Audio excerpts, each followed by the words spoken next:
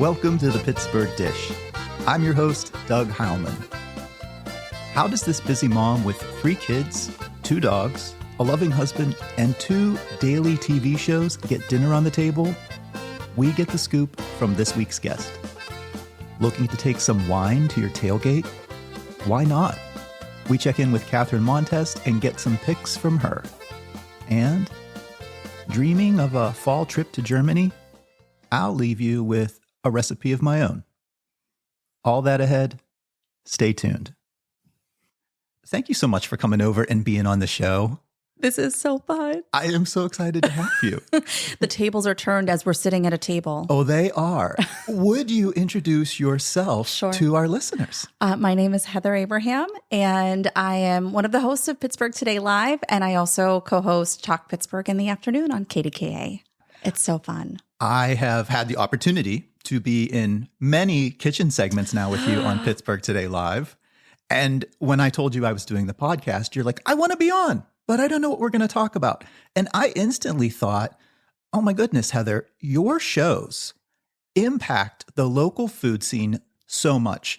In an average week, how many kitchen segments do you think you guys have between the 2 shows? I thought you were going to ask how many calories I consume, well, because there's that too. There is that. That's right. I don't think you hold back on the butter when you come on, do you? No.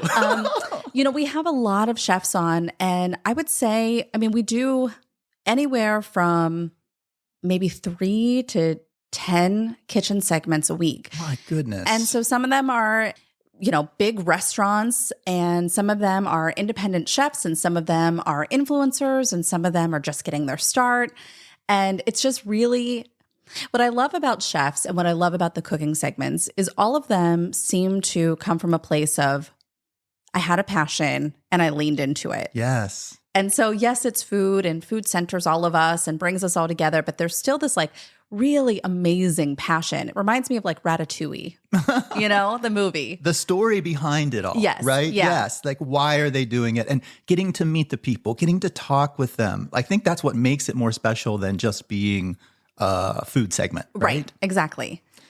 So, Heather, doing all of these segments, I'm sure there are so many, but has there been any chef or purveyor or restaurant that has just really captured your heart, or somebody that you've really connected with? There are tons of people. Like I said, you and Rainia. I've brushed shoulders with so many different people, Selena Progar, and these just really talented people. There are a couple people that I could mention, though. One would be the owners of Goat Rodeo. Oh, yeah. The cheese. Yeah. Oh, my gosh. I love cheese. I know you love goat cheese, too. Yeah, I do. I really love goat cheese. But if I get started on cheese, I could list all of them. I start to sound like Bubba Gump and just how you can cook shrimp. That's how I feel about cheese. But being on their farm, again, it was there was this family farm that started, and they were like, what if we just get a couple goats? Mm-hmm. What if we just get a couple chickens? What if we just get a couple, And then all of a sudden they have dozens of goats, and they're making this award-winning goat cheese on this farm right up the street from us, Yeah. It's just, so being on there, again, it's that passion of you see someone who just was like, hey, why don't we just do this thing? Oh, I love that. And I do love them. I remember that segment you did where you went out. I also notice you sort of have a good relationship with Bill Fuller. Oh, I love him. Of the Big Burrito fame, right? Yes. You guys just did Recipe for Hope together, right? Yeah, we did. And I've done this now a couple of years with him. And what I love about Bill Fuller is, I don't know, it's like we came from the same family almost. There's no connection there. And we just kind of bonded over this. I know that he had some things in his childhood, just like I did, that weren't it wasn't the perfect household. There were some issues, and he has this great sense of wanting to help the food bank and help others who maybe are less fortunate. And there's this charitable aspect of him. He's had students that come in from Exchange students. Yes, that's it. They've had exchange students come for when his kids were going through school. He's just done some really interesting things as a family and as a businessman, and growing from maybe smaller means to now having this huge fame in the Pittsburgh restaurant world. Huge connections through food, Right. right? And I think he puts a lot of that out even on his socials about what he's doing at home, how he's cooking. But he also sort of mixes that with some of the stuff he's doing with yoga. And Right. it's just really cool. I love meeting people through that food community. Yeah. Thanks so much for sharing that. Yeah. He really has just become a good friend. Mm-hmm.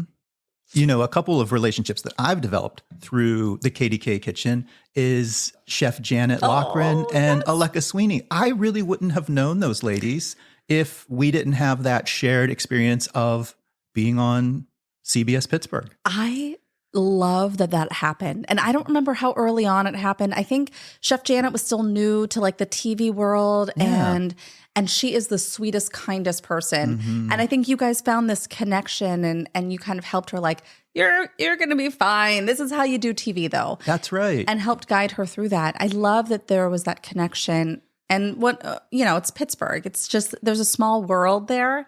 But that you guys were able to become friends through our shows. It is a smaller food community, a more tight-knit food community than you realize. And I do love that it's less about competition and more about supporting one another. And I have to say, I've interviewed, dozens of people now on this show, and so many of them have a connection to being on KDKA at some point. There is something that speaks to that so much, though, about it's not about competition, it's about working together. Yeah. This was a number of years ago. I want to say pre-pandemic, over at Floor 2 at the Fairmont. Oh, downtown at the Fairmont. That's right. The executive chef at the time held this, it was like a taste of all of these different restaurants. So he invited, I think it was like 6 or 7 chefs to come in, and everybody did a different course. They all came from different restaurants. It was the most amazing dinner I've ever had. It was this incredible experience because you could see the open kitchen in Floor 2, and you saw all of these chefs working together and kind of interested in the processes that each other were doing to make this amazing meal. It was out of this world. It is. When I talk to other restaurateurs, we just talked to Andrew Hefner of Bar Marco, and he was talking about all these connections, and it's there. I mean, the web of support is truly throughout our city. I did want to actually ask a different question, sort of pivot a bit. You've had all of these experiences in the kitchen. Mm-hmm. Has any of that influenced your own cooking at home? Oh, yeah. Oh, there are 2 things that I can tell you that I've made from our chefs, and they have become staples. One was a peach cobbler dish that Chef Crystal made from Market District. Mm-hmm. And she used thyme in the cobbler, and it was just it's so good. Oh my gosh, that is so different. So we're in the height of peach season, maybe just getting slightly past. So she used fresh thyme leaves in this sweet peach cobbler. Yeah, it was amazing. All right, I need to look that up. I will send you the recipe. It's worth putting in your rotation. The other one, and I know that this is nothing new to a lot of people, but Mississippi pot roast. It was a recipe that Chef Rania made. Oh, yes. And Rania made this on the show, and she was like, this is so easy. It can be your weeknight. It's just a stick of butter and this and that. And I'm like, you had me at butter. Yeah. Say no more, Rania.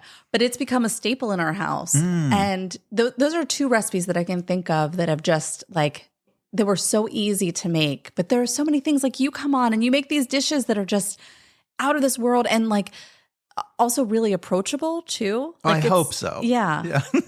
I mean, everybody could crank it up a little bit, but I think what a lot of folks are watching your shows for is access and information. And so you don't want to sort of throw them this show that's something you can't recreate. So thank you. I tell you what, there are some days, I mean, you've done, I know you've experienced this with being on the show on PTL and our other shows.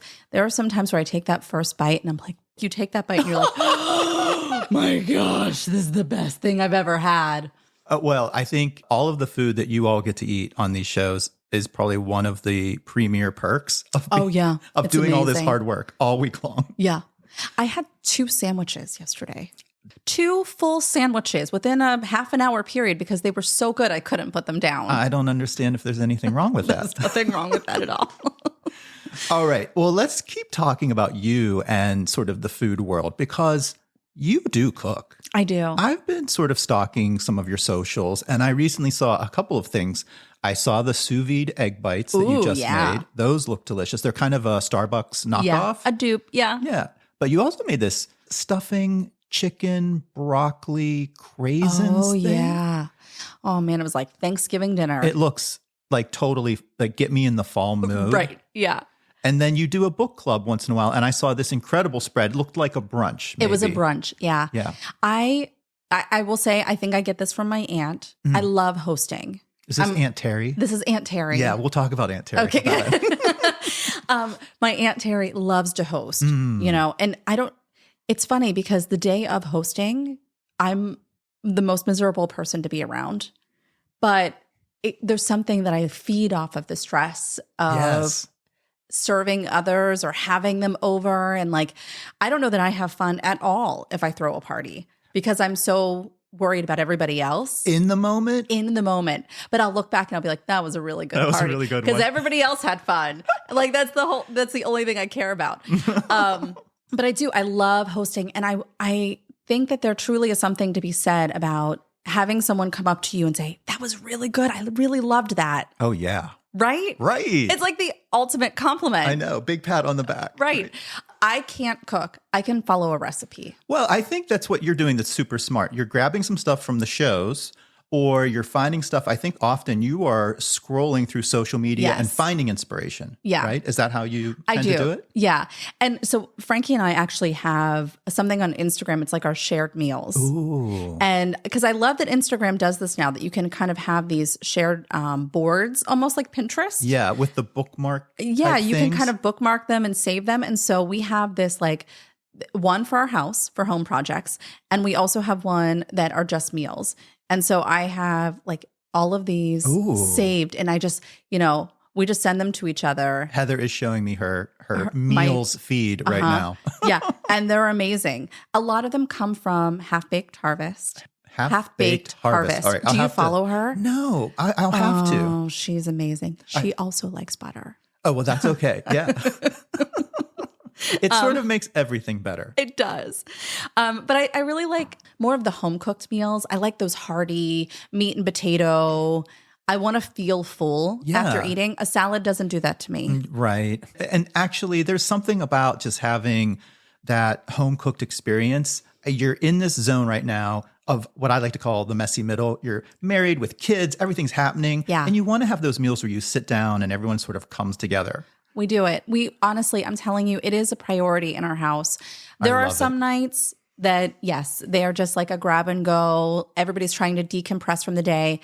But I would say 90% of the time we are sitting down at the dinner table. Even if it's 15 minutes that we're shoving food into our face, we're still sitting down together, no devices, and just talking. I love that. Me too. Oh my gosh. You actually led me to my next question. You are two busy parents. Yeah. With 3 younger kids and 2 dogs. And 2 dogs. How do you do it? I don't know. Really? Well, I guess where I'm going with that is do you and Frankie take turns cooking, or are there some go-to dishes or even some go-to takeout that it gets you through the crazy weeks that you have? Yeah. Well, sometimes for sure. Like last night I told Frankie, because, school starting and we're trying to get everybody out the door and settled and getting all their supplies ready. Everything is just so crazy.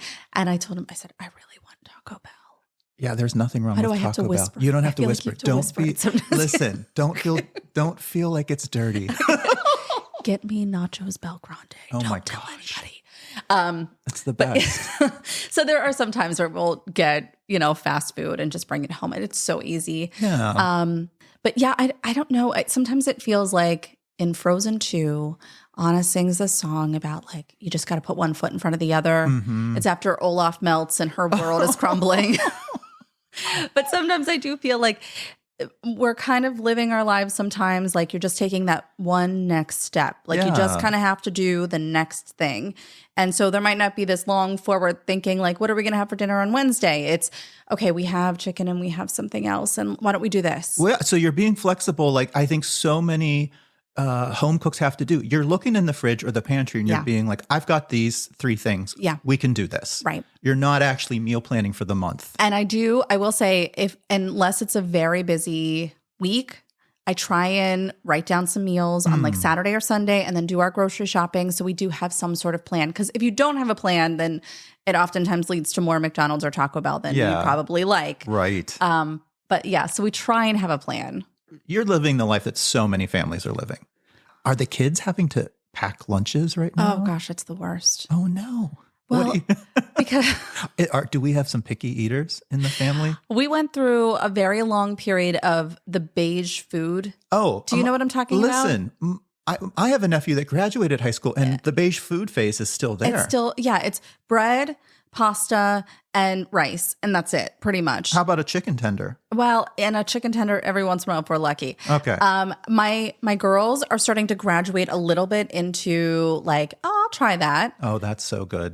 My oldest she's a big meat eater, so she'll eat steak and chicken and all of that. My middle is food can't touch. Oh, there's rules.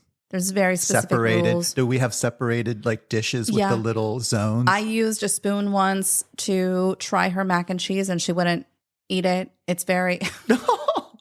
There are rules, Mother. There's separation. Very specific. We learned the hard way that day of that new rule that she had created. Wow. And my youngest is like a teenager. He just eats cereal. Oh, yeah. I think you just mentioned this on the shows. He's walking around with a big bowl of cereal. Yeah, that's all he eats. This was like my generation. He's like a Gen Xer. Right, that's right. It's all the bad cereal too. And I will have people who will come for me like, Lucky Charms is not a food group. Well, he's growing, so he's doing okay. It's going to keep him alive. And he's getting Flintstone vitamins, so we're making it work. There you go.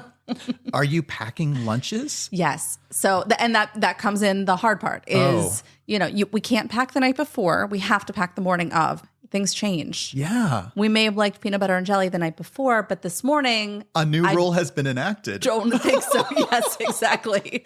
So it could be very different hours apart from each other, so... I don't know about your youngest, but do the girls help yet? Does anybody help with their lunch or with cooking? This is funny because birth order is a real thing. So baby does nothing. Rocco does nothing. Lila, also very independent, but does nothing. She's your oldest. She's the one that will be a CEO, but have an assistant. Of course. She's like, I'm doing things, but you can do it. Sunny, though, our middle... she's fiercely independent, but will tell no one. So I have caught her on multiple occasions getting her own cereal, making a mess, not telling anybody, cleaning up said mess. And so she will help. She'll pack her lunch. Well, 1 out of 3. 1 out of 3 isn't bad. We have 1 helper in the family. Oh, well, better than the 0. Wow. Hi, it's Heather Abraham from PTL and Talk Pittsburgh, and you're listening to The Pittsburgh Dish. So we're talking about the kids' lunches. Oh, yeah. What about like you and Frankie? Is there a dish that he makes for the family at home that you all love? So one of my favorite things that he makes. Remember how I told you that I can follow a recipe, but I'm not a cook? Mm-hmm. Very different from him. He does not follow a recipe. Reading is not his forte. He will tell you it's not his favorite thing. He just does it. He goes into the kitchen and makes something. IKEA instructions, forget it. He's building it himself. So good luck. But he can just do it. One of my favorite things that he makes is eggplant rollatini. Ooh. Yeah. This is like a long slice of eggplant? Yes. And how he has learned to do this, I don't know. But he will slice the eggplant long ways, salt it. How did he know to do this? I don't know. Because he doesn't read, like I told you. Salt the eggplant, lets it sweat a little bit, pats it off, breads it, fries it, lets it sit, rolls it with some ricotta. Oh, my. Chops it with some cheese, chops it with some sauce, chops it with more cheese, bakes it for a little bit, and I'm a puddle. It's amazing. That sounds amazing. That sounds incredible. Way better than like eggplant parm. I know. It's amazing. Eggplant rollatini. So let's turn that around, Heather. So clearly Frankie, and we could just say too, Frankie is a firefighter. He is. Does he have to cook at the fire station? Because they're kind of known for really good food. So he was just promoted to lieutenant. Oh, congrats. And I know we're really excited for him. when he was a hoseman. He did a lot more of the cooking when he was a hoseman. He would tell me the things that he's making. I'm like, why would you not make those for me? For you guys, yeah. Yeah, like crunch wrap tacos. Like, Oh my gosh. Speaking of Taco Bell, going back to Taco Bell. Let's just do that at home. He makes those at work sometimes. And the weekends, they'll do breakfast. So he does a lot of breakfast on the weekends. This is where the dude sharpened his saw, in the kitchen. Yeah, he really did. Sausage gravy. On any kind of biscuit, on chicken fried steak, He can make it in his sleep. Wow. Yeah. It's actually very easy to make too, as you know, I'm sure. I don't know if I've actually made sausage gravy. That one is pretty easy. He's taught me how to make that one, and I can make it. Not nearly as good as him, but I can make it. We've established that your husband, Frankie, is a very good cook. Yes. Is there a dish that if Frankie was asking you to make something is a go-to request? He likes my meatloaf. Oh, well, that's good. I don't know. Nothing that I make is so stand out like he does. He said something to me the other day, because I don't know what I made. I made something, and I was criticizing it. Because for me, I'm like, this is good, but how can I make it better if we make this next time? And he said something like, nothing you make is bad. Like, this isn't, add this to the rotation. I love it. Yeah. Nothing you make is going to be bad. So he's very complimentary in that way, but I don't know if he would request anything. I'd have to ask him. All right. So let's take that one step further. If you guys are going out on a date night, where would you want to go? This is a fight. You're bringing up fights. Well, we don't have to fight about it. Let's pick 2 different places minimum. Okay, because if you're picking and you're winning, where are you going? Do you guys fight about this? Like, where do you want to go to eat? I don't know. Where do you want to go? It is a little tough because Greg keeps mostly vegetarian and I am omnitarian everything. Oh, yeah. So most of the time, I'll go out to eat with my friends at all the places I want to go. At all the places. Yeah. And I'll go out with Greg to places where he can find something on the menu. I see. Yeah. Well, one of my favorite, speaking of Bill Fuller earlier, one of my favorite places is Altavia. Oh, yes. And there is this, it's a pappardelle pasta with short rib and burrata and this wonderful, the short rib is cooked in this amazing sauce and then they use that to build it and put it on. Oh my gosh. It's amazing. It's topped with burrata, and too. It's topped with burrata. Which you are a cheese girl. I am a cheese girl, and I can eat. You give me a container of burrata, I will go sit in the closet and eat that whole thing. So I love Altavia. Frankie is the kind of guy who is not a big fan of eating out for Italian. Of course, because this is his sort of background, right? So he loves cooking Italian, and he feels like I can make it, and I think I can make it better. Well, I get it for him because I actually love cooking breakfast, and I sort of know how cheap eggs and things can be. Even when they're expensive, they're cheap. Yeah. So when you go out for breakfast and it's kind of pricey, I'm like, I could have done that. Well, those are the 2 things he does not want to, like if I want to go on a date, he will not take me to breakfast and he will not take me to go get Italian. These are like special occasion things. Where he will yield to your request. I love going to breakfast because to me, it's like a treat. Yeah. Because, you can cook breakfast at home and it's so easy, but sometimes it's just so fun to sit there with someone coming around and pouring you endless coffee. Oh, I know it. It's amazing. Yeah. One of our other favorite places, though, and I know that he requests this pretty often, is Chitopo. Have you ever been to Chitopo? Oh, no, I don't think I know this. Okay, Chitopo is in Mount Lebanon. It's on Washington Road. I think I might have been just saying it wrong. Totopo. Maybe I'm saying it wrong. I have no idea. Totopo. And this is a place where we know we can bring the kids. And Totopo, we should say for our listeners, it's a Mexican. It's a Mexican restaurant. Yep. And they're open. I'm just going to take a look right now. They're open almost every day, which is actually rare on a Monday and Tuesday nowadays. 11 a.m. to usually at least 9 or later. Okay, let's see if I can find this on the menu because it is quite honestly his favorite thing. But he gets the same dish every time we go. And he calls it his like death row meal. Like if this was like the last thing, like meal. what do you want? This is what he would. What does he get? It's like a chicken dish that has, is it the choripolo asada? Charbroiled chorizo, chicken breast topped with queso sauce, garnished with grilled onions, roasted jalapenos, salsa verde. I think this is it. Oh my gosh. I think that's the one. That is his go-to dish. That is his death row meal. Yeah. All right, Heather. Well, I kind of want to move us forward, but I want to do that by taking a step back. Sure. So, you grew up in the Pittsburgh area, right? I did, yeah. Shaler. And growing up, like, what was food like in your household? Were you a picky eater like some of the kids? Yeah. I mean, I think I have that same traumatizing memory that a lot of people do. For me, it was peas and milk, like being stuck at the table, like, please finish these. Yeah, no, that doesn't sound good together. No, it's not good. So, but my mom was a very busy nurse. And so I think a lot of her meals were, we got to get on the table. I'm just getting home from work. It's late. And then there were a lot of times that my sister and I were coming home, like I said, as latchkey kids, and we would do a lot of mac and cheese and like quick and easy things that we could make. But my mom would do some crock pot meals and a lot of comfort meals. Again, my love for meatloaf probably came from all of that too. And then on my dad's side of the family, we're Syrian. Oh, yeah. And so, while we had like these really Americanized home cooked meals with my mom, when I would go visit my dad's side of the family, my mom and my dad are divorced. I had this like totally different experience because with food, because we're eating lamb on the rod and grape leaves and like these really interesting things that I don't know. I couldn't eat peas, but I could eat a grape leaf. Like, that's crazy when you think about it. It was exotic, but not in that environment. Right. Have any of those Syrian dishes or flavors kind of stuck with you? Do you crave some of those things today? All the time. Yeah? All the time. And, one of the things that I really want to learn how to do, my grandma on a couple of occasions showed me how to make grape leaves. I remember sitting with her and she was like, you have to try the meat mixture. And she would just eat the raw meat. And I was like, but it's not cooked. Why are you eating? And she was like, no, but you have to try it. You don't know if it's seasoned, and you're not going to roll 100 grape leaves and cook them if they're not seasoned, because you can't add additional seasoning afterwards. They're cooked in a leaf. Right. So they're sealed in. You got to cook it the right way from the get-go. And my aunt still makes them quite a bit. So those are dishes that I want to learn how to make so that I can make them more frequently for my family. I love that.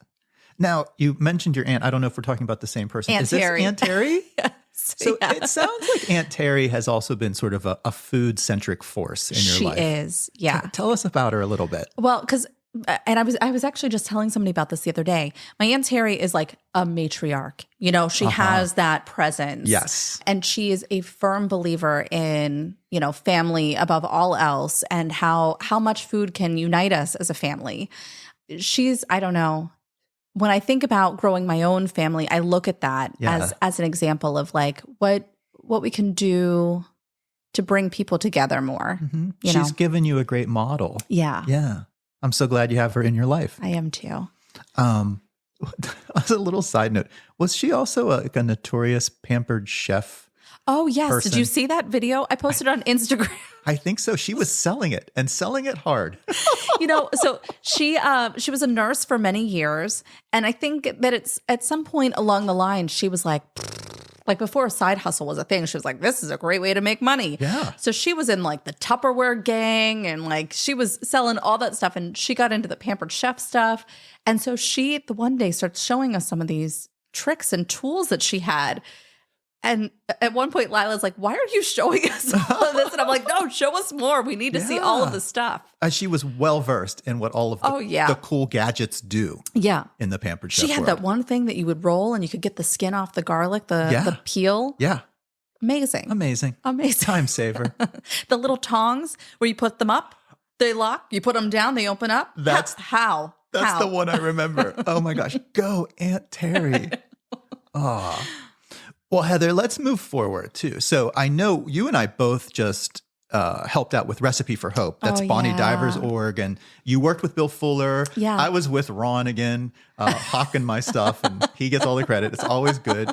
Is there any other like big food centric benefits or events that you're involved in coming up? Yes. In fact, I'm taking part in Best Buddies, their Taste Buds event. Have you ever done it? I haven't done it, but I'm aware of Best Buddies. But could you tell our listeners a little bit about them? So this will be my second year participating. So I'm not as well versed in like all of it as some of these chefs. Like some of them have been with the program for years now because it's just truly so amazing. Yeah. So a lot of these chefs will act as a buddy, as a mentor to people who may not have those opportunities. Right. And so they do this amazing big night, a big fundraiser. And it's one of those nights where you kind of like have a tear, like you're just like holding it back the all whole night. Yeah. Because it's so heartfelt. It's so great. It's wonderful. And just to speak to what they're capable of doing with this one big fundraiser, they set up at the David L. Lawrence Convention Center. And they have enough chefs to fill like the outer perimeter of the room and feed hundreds of people. But I do think at our very core, from the beginning of time, food has been something that not just nourishes us, but it really does bring us together. So to see chefs giving back in that way is just really touching. Yeah, really warms your heart. Sure. And then you guys are also probably doing, it's called the TV Turkey Fund. Oh, yeah, right? the KDKA TV Turkey Fund. Yes. So this is something that the station started, Al Julia started. That's right. Decades ago, over 40 years ago. You know, it's gone through its like team leaders over the years. And within the last couple of years, we started really taking it over for PTL. So you and David Highfield and the rest of the gang sort of take the lead. And this benefits the Greater Pittsburgh Food Bank. Yes. So so this is something that, you know, they're able to provide gift cards to people to kind of supplement for their meals. And then they also have a number of programs where they're giving people boxes of like the sides that you would get. It's so funny because every year I come up with these elaborate plans for David's birthday. Like my station never says yes to them. They're always like, we can't do that. We can't do that. And I'm like, but what if? Like right now I'm trying to get his face on the side of the bus. Like wrapped on the bus? Yes, because why not? Why not? You know, is it a milestone birthday? No. Last year I wanted to get his face on a billboard. But 3 or 4 years ago, my idea was it was his 50th birthday. It was coming up. And I was like, let's throw him a party on the Gateway Clipper. And they were like, no. And I was like, what if it's for the Turkey Fund? And they were like, yes, but it still can't be David's birthday party. So you're the one that created the Gateway Clipper event indirectly with these other ideas. Yeah. I love it. And I think you guys just mentioned it's happening again. Right? It's happening again. Awesome. And it's just, you know what? I think we know that it's for David's birthday in the back of our heads. We're like, this is secretly your birthday party. But it really has become a wonderful way. And I think David loves that all of these people are coming out to celebrate the Turkey Fund and celebrate giving back. And in the back of our minds, we're kind of like, it's really your birthday gift. Yes. This is David Highfield, by the way, if we haven't mentioned. This is your co-host That's right. on Pittsburgh Today Live. Oh, my goodness. I love that story. Yeah. It's always cool to know the backstory. That's the backstory. Heather Abraham, it's been so wonderful to talk with you. Oh, you too. If there are some people out there that don't know you that well or don't follow you, where can people find you and follow you? Sure. Well, of course, please watch. We do Pittsburgh Today Live, 9 a.m. weekday mornings on KDKA. And there are so many different streaming options. So we have people that reach out who are watching us in Florida or Colorado or California because you can watch us really anywhere. I also do an afternoon talk show, which I love. This is still in its infancy, but we're on at 3 o'clock in the afternoons, also on KDKA, Talk Pittsburgh. Which is a wonderful show. And of course, you can follow me on Facebook and Instagram as well. What's the handle now on Instagram? Oh, I changed my Instagram handle. It's the Heather Abraham. All right. Or the, do you say the or the? I'm a the. Yeah. But I think either one works. It's a little weird to change my handle, but I just thought, you know, I'm still working at KDKA, but because I have these two talk shows, I just thought, let's remove that part of it just so that it's like, this is Heather. I think it's good for your own personal brand. Maybe. I don't know. I'm just winging it. I have no idea what I'm doing. It allows you to put on there whatever you want. Right. Exactly. Yeah. All right, Heather. The name of the show is The Pittsburgh Dish. Yeah. I always have a sign-off question. Oh, I love it. Is this a secret surprise question? Oh, I don't know. If you've listened to the show so far, you might have an idea.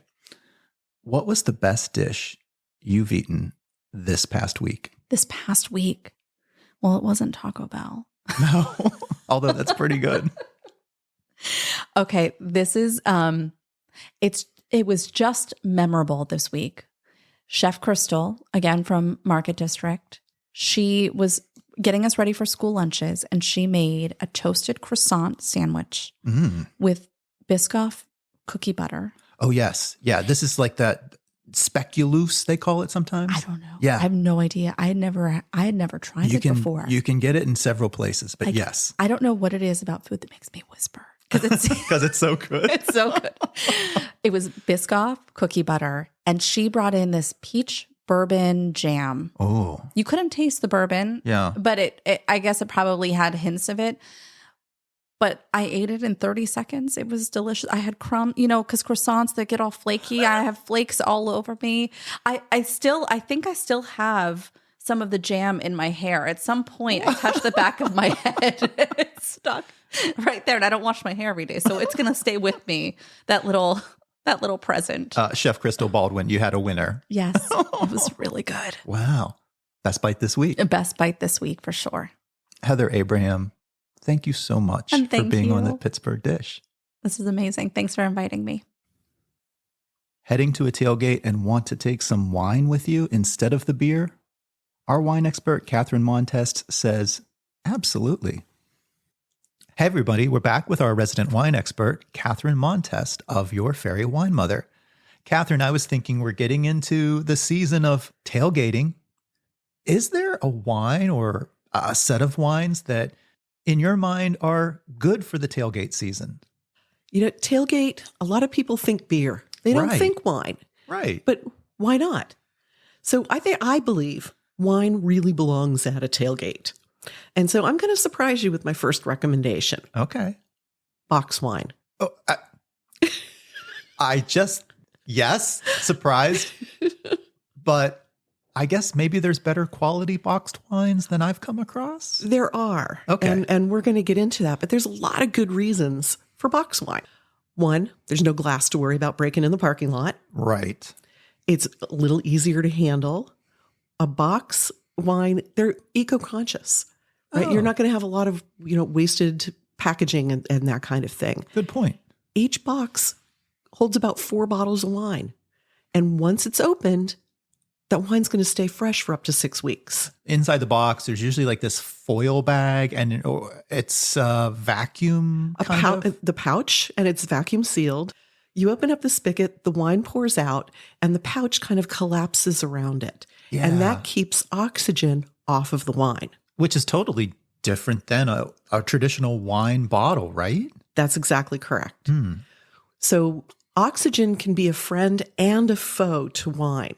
So a good bottle of wine, you want to open it up and let a little oxygen get at it for a while so that it opens up and it becomes all of the best versions of itself. All of those notes, all of those flavors. Absolutely. But if wine is exposed to oxygen for far too long, and by far too long, I mean, we're talking a couple of days. Yeah. And just only the surface that's, exposed within that bottle, it can start to taste kind of meh. And it's heading towards vinegar land. It's heading toward vinegar land. Exactly. It's not a great thing. So if you've got a lot of people at a tailgate, a 4-bottle serving coming from the box is a really kind of a good way to go. It makes perfect sense here. It really does. And box wines are budget friendly. Most of them are going to come in between $22 and $25. But we have a challenge. We live in the great state of Pennsylvania, where our liquor is all purchased by a government agency. I don't think the folks who run that agency have been reading some of the wine publications that I read, because when I was thinking about preparing for this segment today, I did some research, like what are the good box wines out there? And most of the good boxed wines, as recommended by all the big wine publications, they're not available to us here in the state of Pennsylvania. Oh, that's a bummer. But I did manage to find a few good choices that are widely available in Pennsylvania. I'm thinking tailgate. Some of the most popular foods I've had at tailgate parties are burgers, chili, even sometimes ribs. Yeah. Yeah. So a great choice for that is going to be a red blend. I like a red blend. Yeah, I do too. I love a red blend because it allows the winemaker to really express the best of what's been going on in the vineyard that year. And a little bit of this grape, a little bit of that grape, bring it together to make something really harmonious and something beautiful on the palate. If a winemaker goofs up a red blend, they need to get a new job. So the red blend that I would recommend is Boda Box Nighthawk Black Red Blend. Oh, I like a Boda box. I've had those. Yeah, they do a really nice job. And truly, they're one of the best available box wines to us here in Pennsylvania. Through the state store. Through the state stores. That's correct. This Black Red Blend from Boda Box, it's going to have really good flavor of black cherry, plum, raspberry, and even some baking spices and a note of cedar. That actually sounds good for the fall time of tailgating. Yeah, it's kind of like a warm hug in a glass of wine. So, Catherine, I do have a question. So if the Boda box is our go-to for our PA wine and spirit stores, if I was doing some research and I found another box, can I order boxed wine and have it shipped to me the way I've heard you can do with bottles of wine? Yes, you from can. out of state? From out of state. A lot of the really good selections just aren't available anywhere in the state. Oh. So you would have to go to another supplier who works with the state of Pennsylvania and has permission to ship into Pennsylvania. Okay. And an example of a company like that would be wine.com. Okay. They've got a great selection and they are allowed to ship here to your home in Pennsylvania. Good to know. And if you're looking for a white wine, because we know we've got a lot of white wine lovers out there, and white wine is a great thing to pair if you're doing chicken or if you're having a lot of cheese dishes, Black Box Chardonnay. Oh. That would be a good white wine recommendation for your tailgate parties. And this one, again, is available in our it's PA available. Wine and liquor stores. It's one of the ones we can get. All right, Catherine. So we're saying box wine is the way to go for your tailgate. And the Boda box, can you remind me the one you liked? Boda Box Nighthawk Black Red Blend. And if I have some white wine drinkers? Black Box Chardonnay.